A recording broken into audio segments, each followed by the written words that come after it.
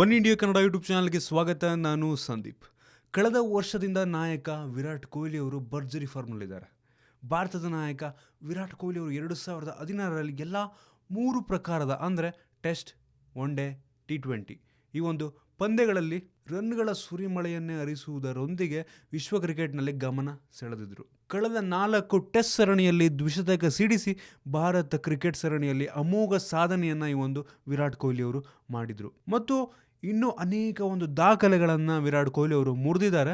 ಆದರೆ February 23ರಿಂದ ಆರಂಭವಾಗ್ತಿರುವಂಥ test ಸರಣಿಯ ವೇಳೆ ಭಾರತದ ಕ್ರಿಕೆಟ್ ಐಕಾನ್ ಅಂತಾನೆ ಫೇಮಸ್ ಆಗಿರುವಂಥ ಸಚಿನ್ ತೆಂಡೂಲ್ಕರ್ ಅವರ ಒಂದು ICC ಸರ್ವಕಾಲೀನ ಬ್ಯಾಟಿಂಗ್ ಪಟ್ಟಿಯ ಒಂದು ರೇಟಿಂಗ್ ಅನ್ನ ದಾಖಲೆಯನ್ನ ಮುರಿಯೋದಕ್ಕೆ ಒಂದು ಕೊಹ್ಲಿ ಅವರು ಹೊರಟಿದ್ದಾರೆ. ಹೌದು, ಹೈದರಾಬಾದ್ ನಲ್ಲಿ ಬಾಂಗ್ಲಾದೇಶ ವಿರುದ್ಧ ಏಕೈಕ ಟೆಸ್ಟ್ ಆರಂಭಕ್ಕೆ ಮೊದಲು ಕೊಹ್ಲಿ ಅವರು 875 ಅಂಕಗಳನ್ನ ಸಂಪಾದಿಸಿದ್ರು. ಈ ಒಂದು ಡಬಲ್ ಸೆಂಚುರಿ ಬಾರಿಸಿದ ನಂತರ ಅವರ ಒಂದು ಪಾಯಿಂಟ್ 895ಕ್ಕೆ ಒಂದು ಏರಿಕೆ ಆಗಿದೆ.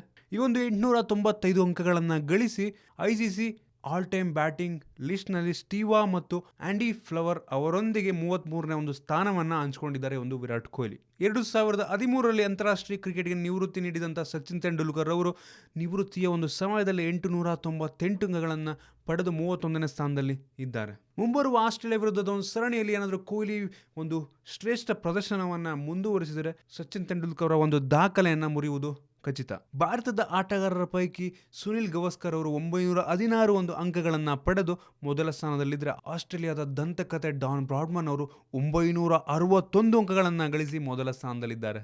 ನಾಯಕ ವಿರಾಟ್ ಕೊಹ್ಲಿ ಅವರು ಈಗಲೂ ಸಚಿನ್ ತೆಂಡೂಲ್ಕರ್ ಅವರ ಒಂದು ಒಳ್ಳೆಯ ಬಾಂಧವ್ಯವನ್ನು ಉಳಿಸ್ಕೊಂಡಿದ್ದಾರೆ ಮತ್ತು ಕೊಹ್ಲಿ ತೆಂಡೂಲ್ಕರ್ ಅವಕಾಶ ಲಭಿಸಿದಾಗೆಲ್ಲ ಒಂದು ಅವರ ಪರಸ್ಪರ ಒಂದು ಶ್ಲಾಘನೆಯನ್ನ ಮಾಡ್ಕೋತಿರ್ತಾರೆ. ಬಾಂಗ್ಲಾದ ವಿರುದ್ಧ ಕೊಹ್ಲಿ ದ್ವಿಶತಕ ಬಾರಿಸಿದ್ದಕ್ಕೆ ತೆಂಡೂಲ್ಕರ್ ಅವರು ಒಂದು ಟ್ವಿಟ್ಟರ್ನಲ್ಲಿ ಒಂದು ಕೊಹ್ಲಿಯ ಸಾಧನೆಯನ್ನು ಕೊಂಡಾಡಿದ್ರು. ನಿಮ್ಗೆ ಅನಿಸುತ್ತೆ ಈ ಒಂದು ಆಸ್ಟ್ರೇಲಿಯಾ ಸರಣಿಯಲ್ಲಿ ವಿರಾಟ್ ಕೊಹ್ಲಿ ಅವರಿಗೆ ಒಂದು ದಾಖಲೆಯನ್ನು ಸರಿಗಟ್ತಾರಾ?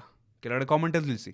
ನಿಮ್ಗೇನಾದರೂ ಈ ವಿಡಿಯೋ ಇಷ್ಟ ಆಗಿದೆ ಅಂದರೆ ಕೆಳಗೆ ಲೈಕ್ ಬಟನ್ ಇದೆ, ಅದನ್ನು ಕ್ಲಿಕ್ ಮಾಡಿ ಶೇರ್ ಮಾಡಿ. ನಮ್ಮ ಬೇರೆ ಬೇರೆ ವಿಡಿಯೋಗಳಿಗೆ ಒನ್ ಇಂಡಿಯಾ ಕನ್ನಡ ಯೂಟ್ಯೂಬ್ ಚಾನಲ್ಗೆ ಸಬ್ಸ್ಕ್ರೈಬ್ ಮಾಡಿ. ಧನ್ಯವಾದ.